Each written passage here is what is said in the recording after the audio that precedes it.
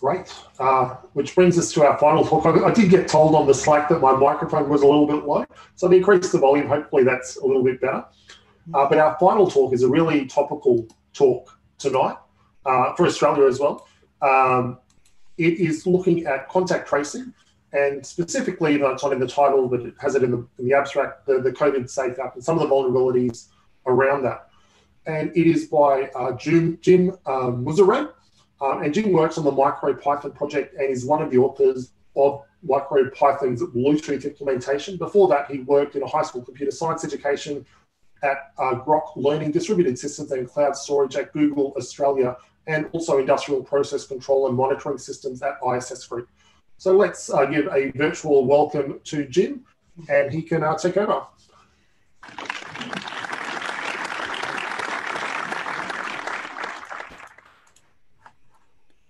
Hi, Sylvia. Thank you for the introduction, and thank you to both of you, Kylie and Sylvia, for the opportunity to present.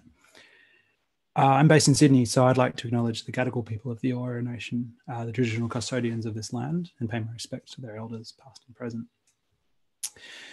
So I'm going to give a quick introduction to contact tracing apps, and I'm sure most of you are very familiar with COVID Safe and the general problem here. But just to sum up, our goal here is to detect potential exposures while maintaining user privacy to the maximum extent possible. This has been a pretty interesting journey. I don't have a security background. I'm just interested in Bluetooth, and this seemed like a fun opportunity of something to investigate. This has taken me into investigating several countries' contact tracing applications. I've written a Senate submission. I've spoken to journalists. I've been on the radio. It's all very, very surreal and on brand for 2020. So there are many different ways to build a contact tracing app, and every country's gone a different path through these options. New Zealand, for example, have a manual app where you scan a QR code. This functions more as a memory aid, but it's great for privacy. There's different ways of doing proximity detection. We're going to focus on Bluetooth here, but the idea is that an identifier is distributed to and recorded by nearby phones on a regular interval. And later, if a user tests positive, then any other user who has seen an identifier from that user must be notified. These identifiers can either be downloaded regularly from a central authority server, or they can be generated on device via a cryptographic scheme, as is done in the Apple and Google notification API. For a user to say that they have tested positive, there may be some verification by a central authority. COVID Safe, you just type it in and get a verification SMS, but in Apple, Google, you can actually have full on, I got this test result with this ID attached to it. And the main thing that people mostly focus on is, how is the encounter matching algorithm implemented? Is it done on the device, or is it done on the server and usually analyzed by a human contact tracer? And then finally, who gets this notification? Is it just the user on their phone with a pop-up saying you should self-isolate, or is the central contact tracing authority involved in tracking whether the user needed to be notified and is undergoing their isolation?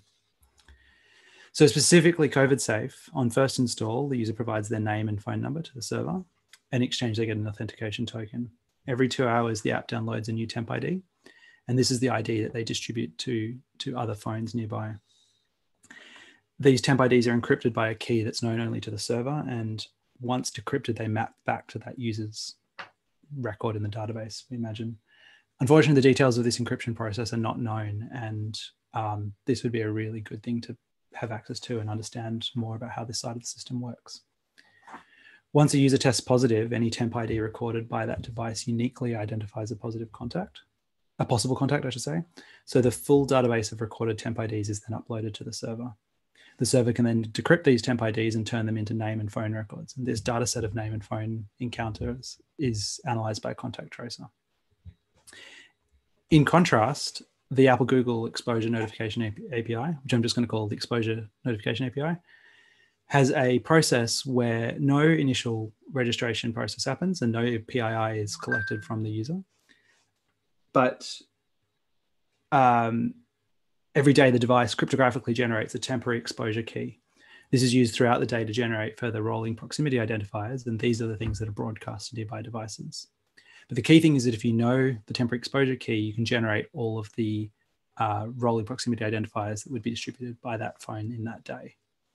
And so this is what happens when you test positive. You upload to a central server the last 14 days of exposure keys. And then the central server just distributes those keys to other devices. It doesn't analyze them in any way. It just shares them. And then all devices are constantly downloading this set of keys. And then they use that to check if any of the generated proximity identifiers match records in their local database. And then they show a notification. Optionally, the user can then upload that notification to the server to initiate a more hands-on contact processing. So the fundamental goal here is to do all that while not making any extra information to an attacker or an observer. This is a difficult challenge, of course, because the whole goal here is to exchange contact information with other users. So one simple example that we need to watch out for is, can I identify the same device multiple times? So in this case, we have cat, unicorn, and frog, and we observe them at some place and time, location 1, time T1. And then some point later, if we can identify the same ID again, so the unicorn is still broadcasting the same identifier, we know that's the same phone. So it's very important that nothing that you leak from the protocol stays constant over longer periods of time. And similarly, if we go back to that original location at time 3, a different time later, and we don't see the unicorn and the cat, but we do see the frog, and the frog still has the same identifier, that we know who's home and who's not. We can track when people come and go from this location. Additionally, if you have more than one identifier that you leak, even if they both have short lifetimes, they need to both change on the same intervals. So in this case, we're seeing 2 different identifiers from this device, A1 and the A identifier and the B identifier. And if A changes while B stays the same, then we can use B to link A and vice versa. We can even do that with a single identifier over time, because if we only see one user's ID change at a time, then we deduce that they were the one that changed, and so we can link them together. And then if we even have a weakly identifiable piece of information, like maybe which phone model they're running, then we can probabilistically say, well, they both changed at the same time, but one was on an old phone and one was on a new phone, and we can tell even that their IDs changed, that they're in fact still the same person. So our goal is to avoid these sort of problems.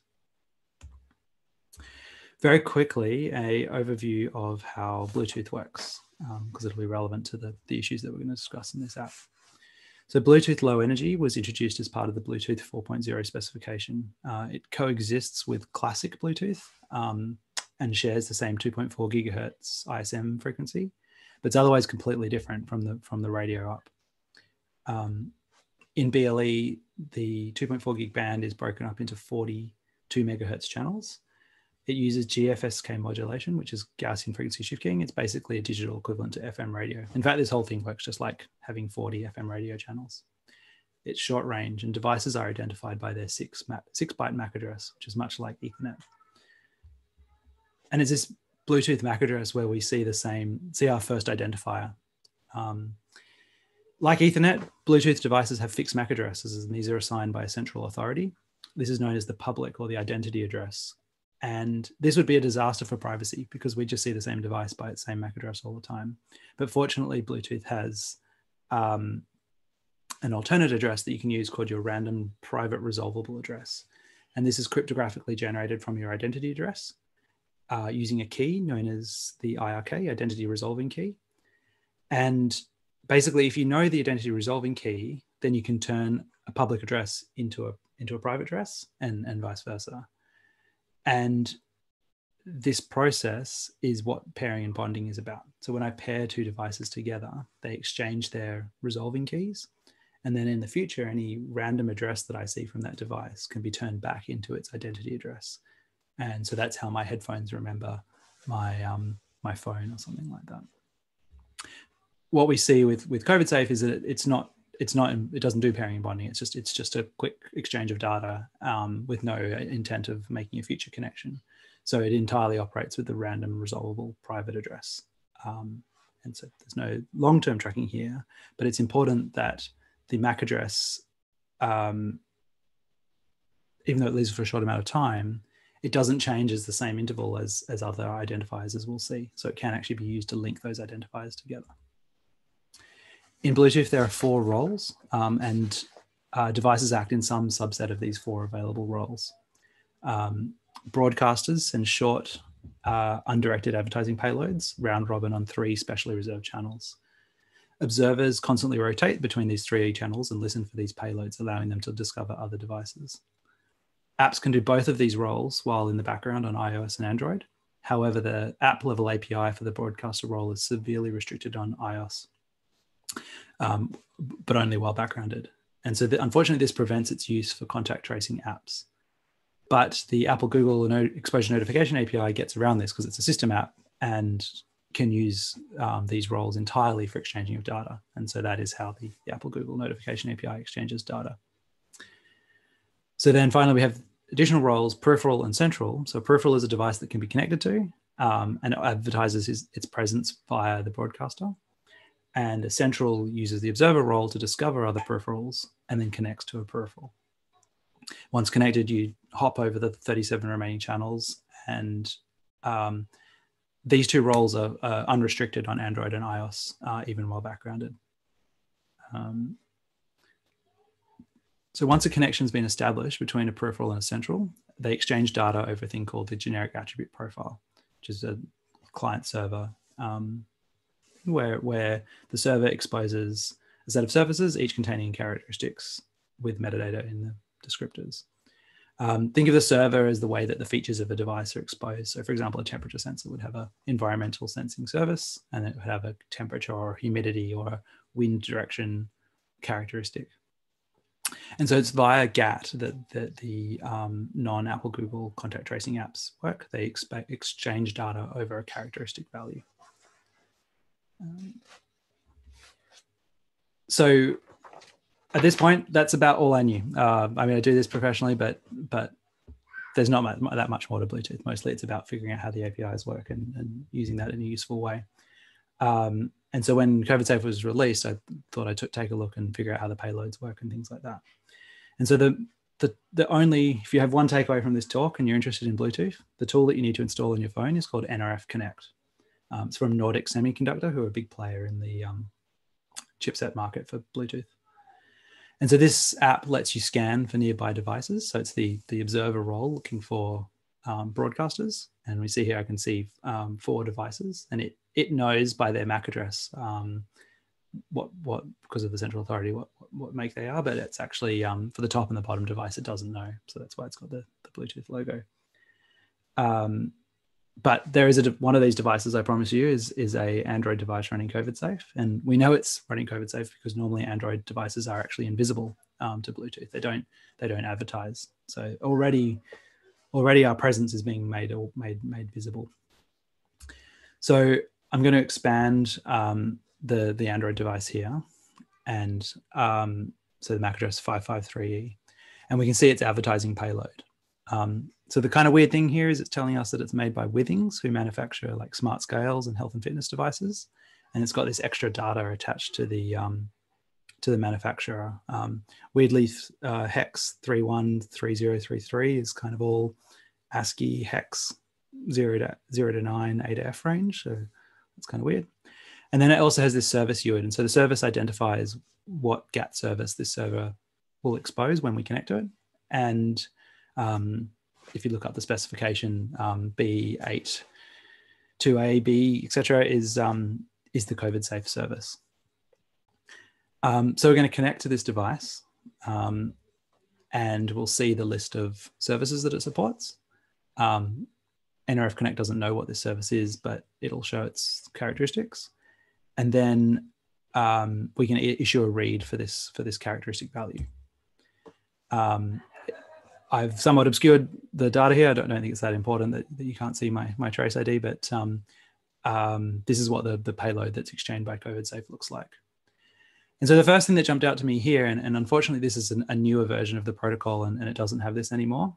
It's something that we got fixed, but the first thing that jumped out to me was to see my phone model name in this payload. And so the phone model name is important because, I mean, I've got a Pixel 2. It's not that uncommon, but it's not that common, but some people have really unique phones. And so this is actually a strongly identifying piece of information. For example, if I am outside a building and I can identify the 3 different phones that are in there, then at any point in the future, I can tell you which of those 3 people are currently home or not home. And as we discussed earlier, I can use this to link other identifiers together as well. But why is it here? I eventually tracked down the specification from the Singapore app that this is based on, and they use this to calibrate the radio signal strength, which they use to make a distance calculation estimation. But unfortunately, this just doesn't work. This method of calculating distance from signal strength is highly inaccurate. And my own experiments show that I can just turn my phone upside down on the table and make it look as if I've jumped, to the other side of the room. But remember, the official documentation for COVIDSafe says that the threshold is 1.5 meters for 15 minutes. But by having the phone differently in my pocket, I could be either side of that threshold, despite sitting across the table from somebody. So what we have here is the temp ID. This is the ID that needs to change on a regular interval. And the documentation said that this would change every 2 hours.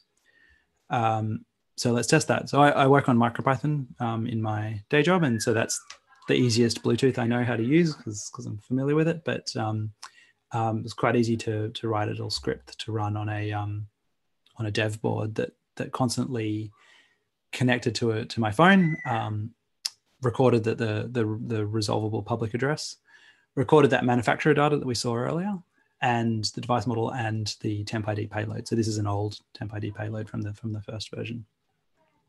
And so this is at 10:29 p.m. on the night that COVIDSafe was launched, fun Sunday night, and all good. So we try again 2 minutes later, as we expect, the same information, right? But and again 10:44, 10:59, and then very excited. We're now 2 hours later, 1 minute away from the expected rollover. Still the same payload. Still the same payload. That's a problem. This is obviously not rolling over on a 2 hour interval, as the specification said. And it's worth noting that it's 2 hours in Australia, but the protocol actually says it's supposed to be 15 minutes for the obvious reason of keeping the re-identification interval as short as possible. So again, a bit later at 1:14, and then again at 8:21 in the morning. So something's clearly not working here, and the phone is re-identifiable. So I rebooted the phone a bit later, and as we can see, the identifier now changes. And interestingly, so does that manufacturer data. So if we go back and forward, both pieces of data changed. So yeah, at this point, it's like, well, there's something not right here. But while we're also looking at NRF Connect, earlier we saw, in addition to the COVIDSafe service, there were these other services. And one of the fields that you get out of these other services is the device name. And so here it says Pixel 2, which is the same as the phone model, but it turns out this is actually controlled by the user. And so a lot of people have this set to, for example, Jim's Pixel 2 or my awesome new phone, because this is the identifier that shows up in like your car stereo or something like that. And so it's worse than the phone model because it's actually potentially name identifying, but it's also, if the user set it to anything other than the device model, then it is potentially completely unique and fixed. On iPhone, the story is a bit different, and I encourage everybody, if you haven't seen it, to read this Apple BLEE research, because iPhones do actually give away a lot of additional information as well. So let's look into why these identifiers are not changing. There's clearly a bug here. So at this stage, the source code had not been released, but the source code for the Singapore app that this is based on had been released. So the first place to look is the manufacturer data. Why are those 3 additional ASCII-looking bytes, ASCII or hex-looking bytes, appended to the manufacturer payload? And so I found the code that starts the advertising process.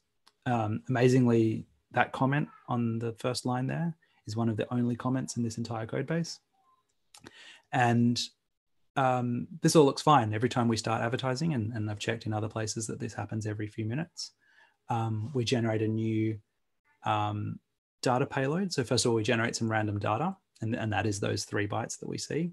It's a pretty strange way of generating 3 bytes of random data, but it actually explains why they're hex values, because it's a random UID that's been converted to a string. So it'll be a string of hex values.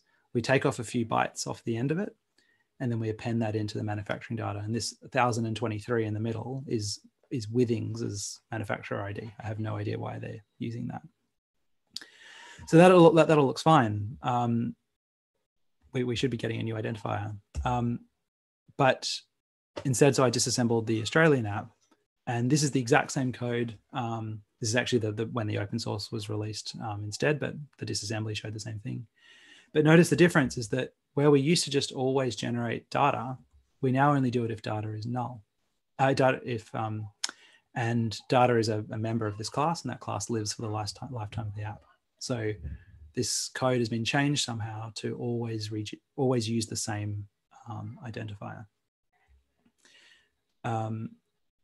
I assume somebody thought this was an optimization, or maybe this was fixed in the Singapore code after the Australian code was forked or something like that, but that's what's going on. And then the next thing is, why is the temp ID not changing?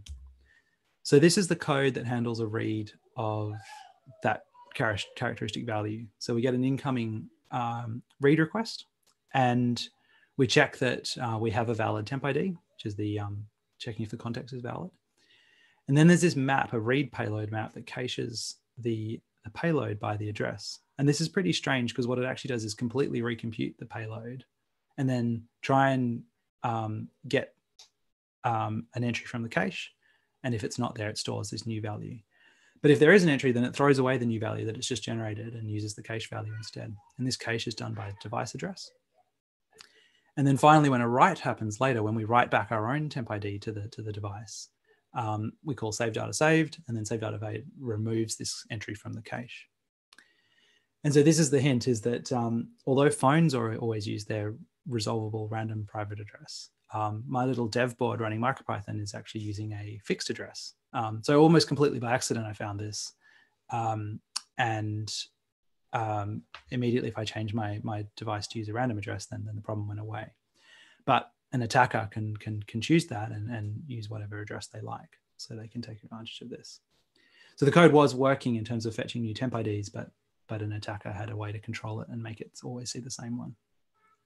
And it's worth noting that an attacker doesn't have to be one device. An attacker can be, a whole range of $5 devices, all running Bluetooth scanners and spread out over a number of locations.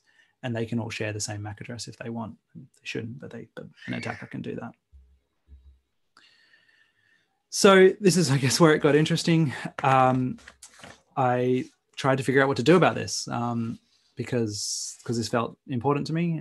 But with no previous background in security, I didn't know where to start. This was a difficult and frustrating process. I started looking for official and unofficial contacts. I must have written the same email about 10 times before I wrote a doc in Google Docs and started sharing that with anybody I could find. Anyone vaguely connected to government IT, cybersecurity, or the COVID Safe project.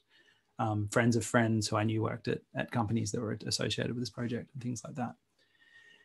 And nothing. Like this was astounding. Like I would have just even imagined a reply from the official addresses, but just nothing. It took me 7 days and a very direct contact through someone who knew someone who worked at senior at the DTA. And I finally got an SMS, and then I made them aware that I wanted to talk about these issues and whatever. And then that evening I spoke to them on the phone, and they still hadn't read the document. But then the next day confirmed that their team had received the document several days earlier.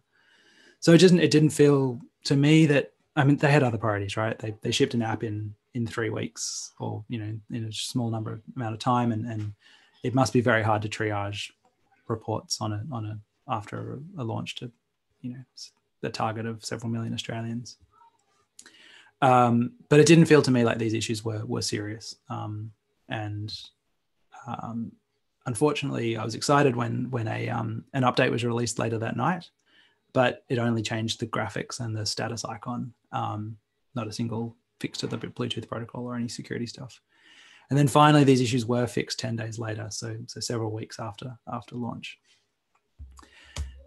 This needs to be better.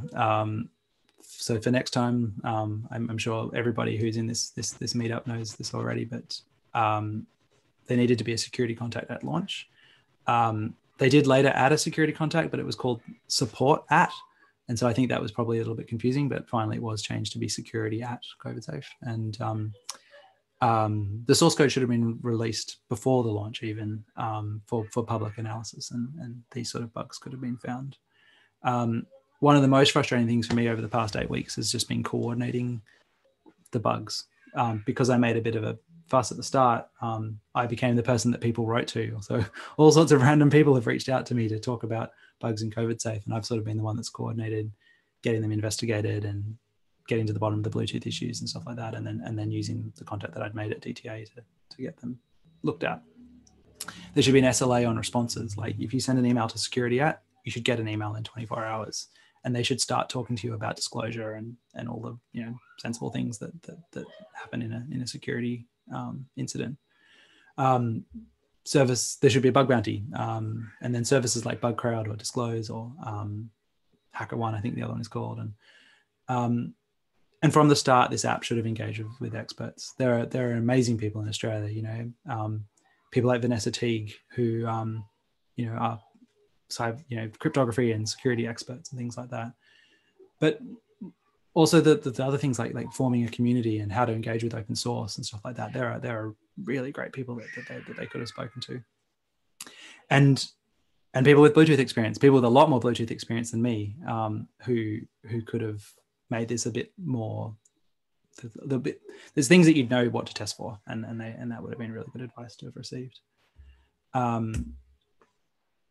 So the phone model that I mentioned earlier that was part of the payload, I wish I could say that was fixed by simply removing it from the payload, and this took a little bit longer to finally in a much later update. However, instead they implemented a vastly more complicated payload encryption scheme that I'm not even going to try to explain because I'm not a cryptographer, but I highly recommend that you look at Vanessa Teague's blog at the URL here. And on a personal note, I'd like to publicly acknowledge how amazing it's been to work with her and her team. She was one of the first people I reached out to at the beginning when I had exhausted all the obvious government contacts and stuff like that. And being able to watch them analyze the encryption changes and just talk to them about this sort of stuff has been absolutely wonderful. And Eleanor, who we heard from earlier tonight, was one of those people, which was really cool. And related to this, this encryption change, it unfortunately broke the iPhone app, and so the iPhone app became unable to do one of the directions of the exchange. So it only worked in central to peripheral, not peripheral to central, because of the way they changed the size of the payload, and the MTU exchange was not done properly. And related to that, there was this whole open question at the time about does the iPhone even work, especially in the background. And I'd like to shout out the excellent work by Richard Nelson and John Evershed here, who did a lot of work to figure out exactly why it didn't work and how to fix it. And then it took an even longer for those fixes to get applied. However, I'm excited to say that as of the update that came out this morning, version 1.6, it seems like the iPhone probably for the first time actually works while locked and in the background. This has got nothing to do with being Apple's fault or problems with older models or antennas. It just needed a few fixes, and some people did some really great work to get to the bottom of that. On the topic of the iPhone, just kind of on a lighter note, a serious but a serious issue is that while we were investigating the iPhone code, we were looking at the Swift code that was released, and this was true in the Singapore version too. And I sent this line to Richard for a completely unrelated reason, and he answered my question about what it was doing. And but he also said, well, what if manu data is fewer than 2 bytes? Like it's trying to take a slice of a thing that is assumed to be at least 2 bytes long. And it turns out that manufacturer data can be anything you like. You don't have to set a manufacturer ID. And Richard's written about it here, and you should read that. And I don't think I have time to play the video, but within about 15 minutes of discovering this, I had a little Bluetooth beacon that I had in my drawer, and you push the button on that, and any iPhones nearby immediately terminate the COVID Safe app. And so it became very easy to build a COVID Safe blocker. And so that actually got fixed really quickly.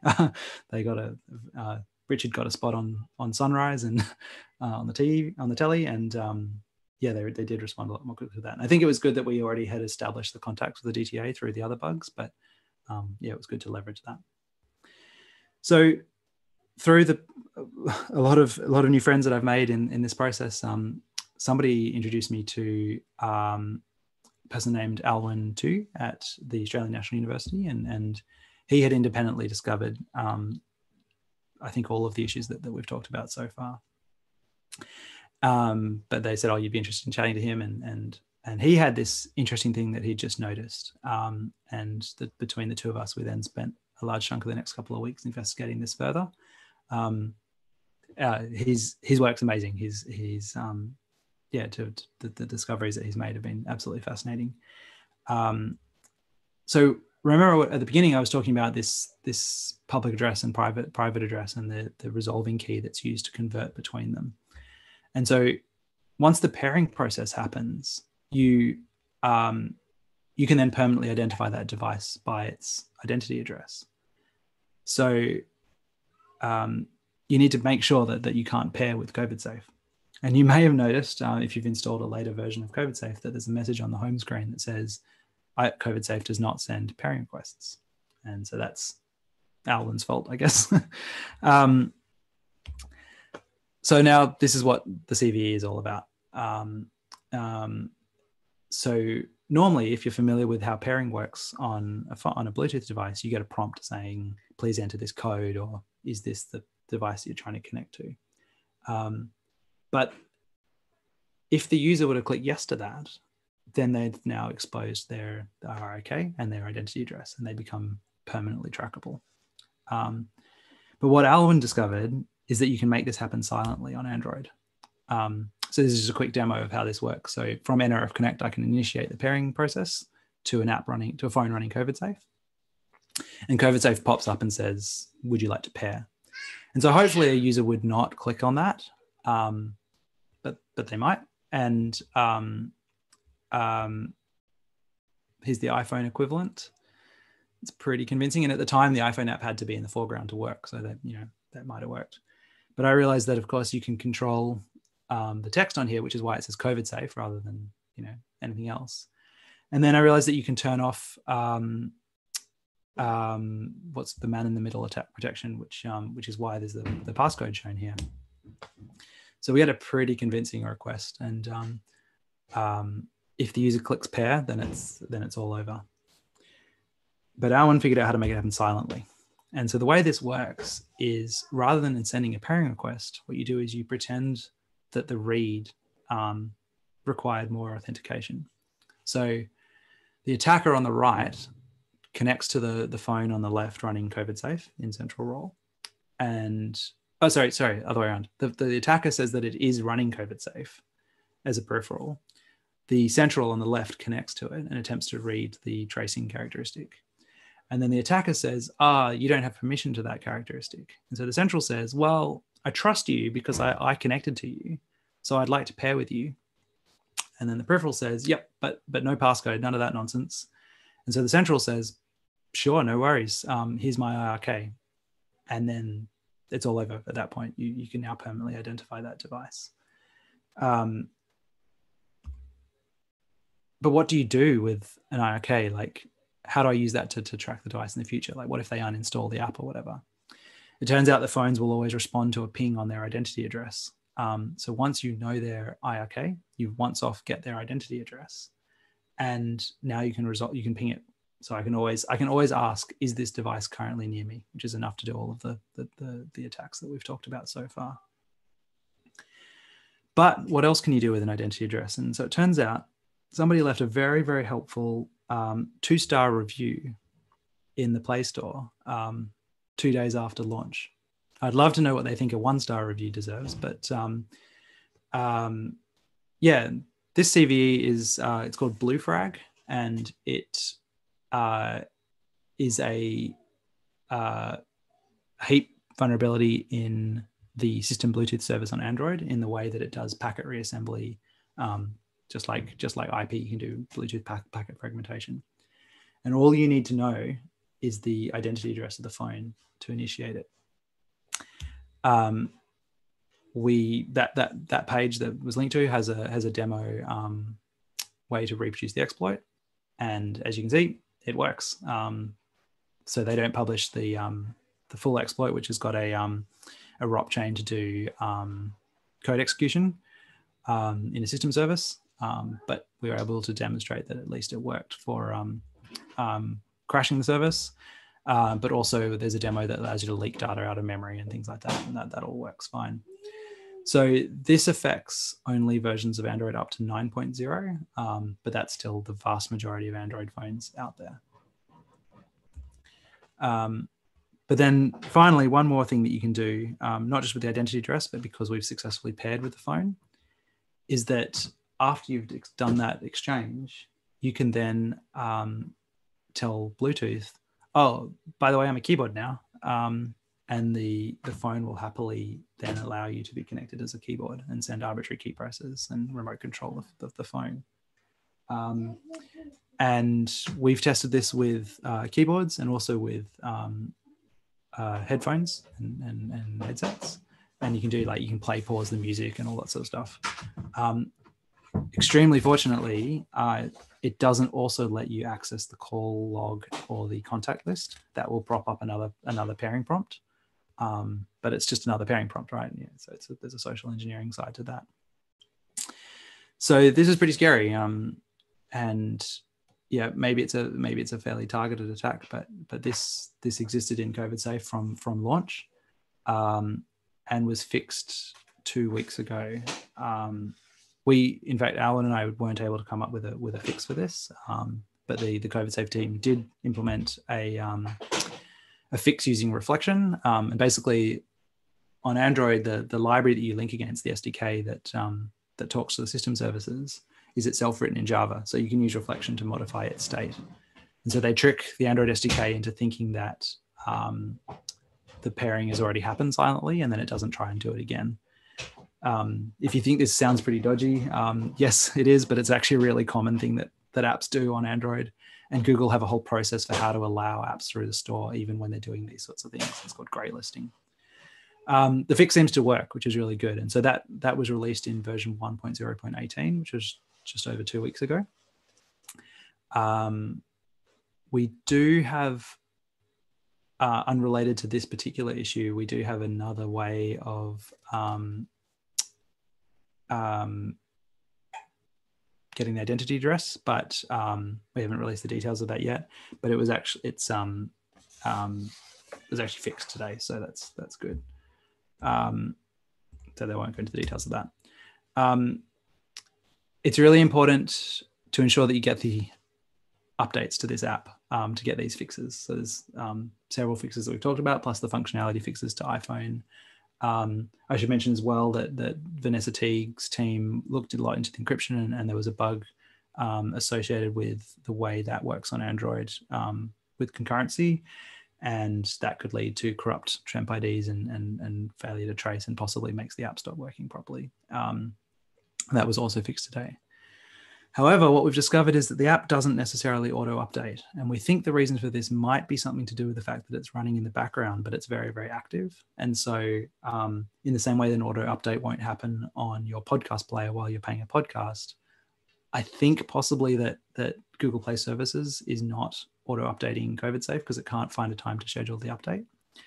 So it's extremely important that you manually check in the Play Store or on Apple in the Apple App Store for any potential updates and install them manually. So as of today, the latest version for Android is 1.0.28, and for iPhone, it's version 1.6. So check yourself, but also encourage your friends and family to check too. So that's it. I think the best outcome here is that the phone name is still addressed in some way. So there was a fix a couple of weeks ago where for new users only in registration, they encourage the user to change the phone name to Android phone. But they say something like, please make this anonymous. And I think that might, in fact, trick people or confuse people into entering something that is unique in the end, because it's a bit hard to explain what the actual goal of this is. But unfortunately, this change only applies to people who are new to the app. And so the people who've only installed in the last couple of weeks. So for now, your phone name is still very much exposed to anybody who can find you with this app. Additionally, there are something needs to be done about the auto updating on Android. I know the DTA is aware of this and confirmed what I was reporting. And there are some open questions about how the encryption scheme works in terms of the payload encryption, in terms of whether or not additional information is leaked from there. And I encourage you to follow along at Vanessa's blog, github.com/vt/contact tracing. And finally, of course, we still have no idea what happens on the server. How is this data collected? How does the encryption scheme for temp IDs work? Who has access to the data? There's been some vague rumors around, only state-based contact tracers can access state-based data and things, but that doesn't appear to be aligned with the way of what we've seen. And so I would love to see the server side open sourced and the community engaged on making that better too. But fundamentally, the issue with COVIDSafe is that it's based on this GATT server-based exchange, and Bluetooth frameworks on phones were never designed to be operated in a mode where they connected to any random device around that advertised the right service. So it's kind of like a high risk option for how to implement an app like this. And my feeling is that in chasing this sort of centralized model of very hands-on contact tracing, they've missed out on privacy and the basic functionality and reliability that the Apple Google notification would have provided. And so I really feel that when the Apple Google API was announced at the very start of April, that the sensible thing to have done would have been to immediately jump on board with that. And like Germany, they would have an app available already that is based on this API and works really well on as many devices as possible. So that's all I have. Would love to hear questions, and please engage email and Twitter and on the Slack afterwards.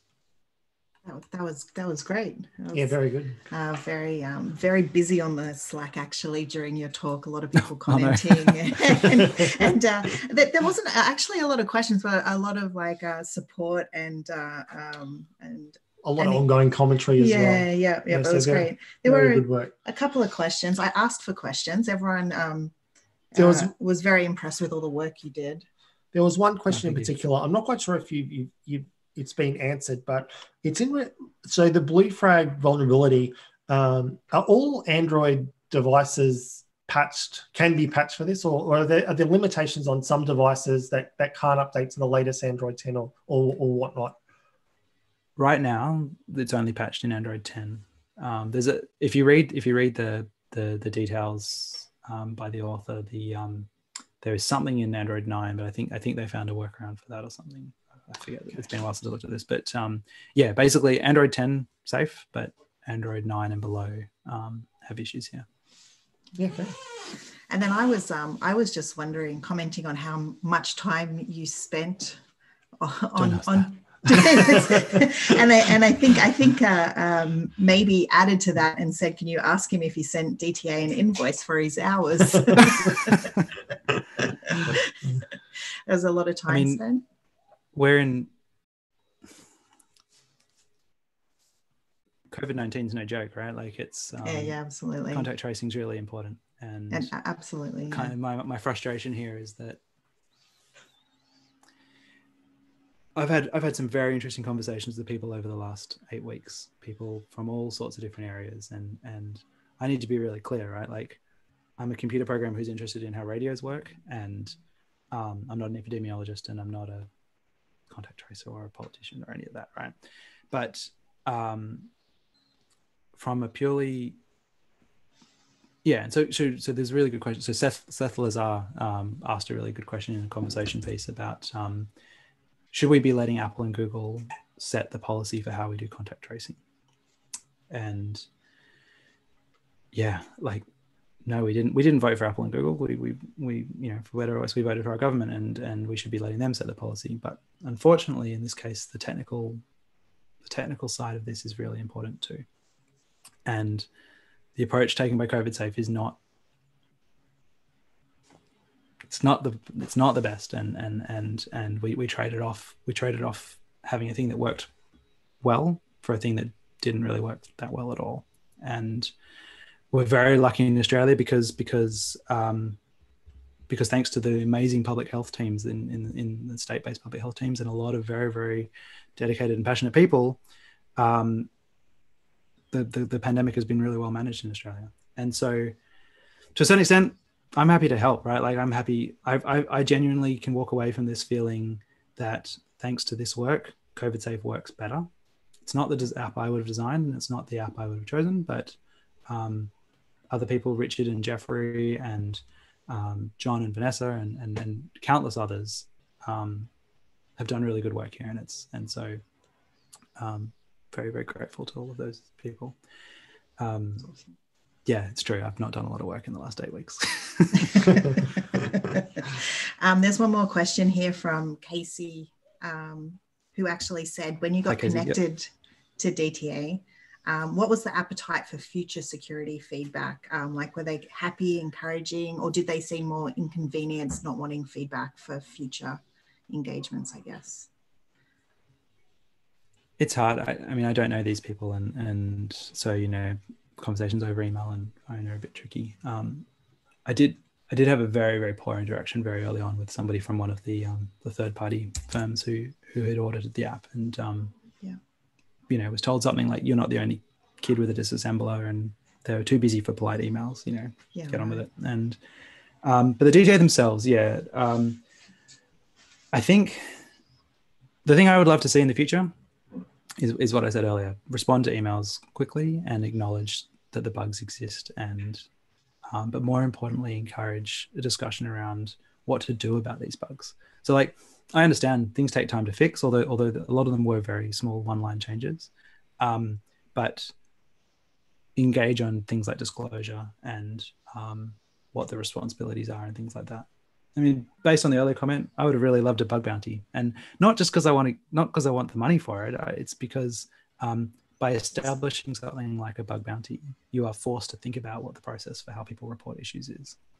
So to it's a way of question, saying right? Thank you as well, and appreciating the work that's been done. Yeah, and I assume it's Casey from Background Baby, or yes, a different Casey, but no, it is Casey. And so something like that is just a streamlined way to get that right without even, you know, just do the easy obvious thing. Yeah. Hope that answers the question.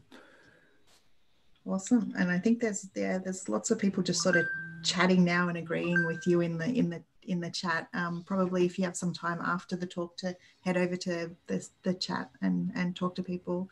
It was a great presentation. Enjoyed it. Thank you very much. That was a great work. Awesome. No, thank you very much, both of you, for inviting me. Awesome. Thank you. Thank you. So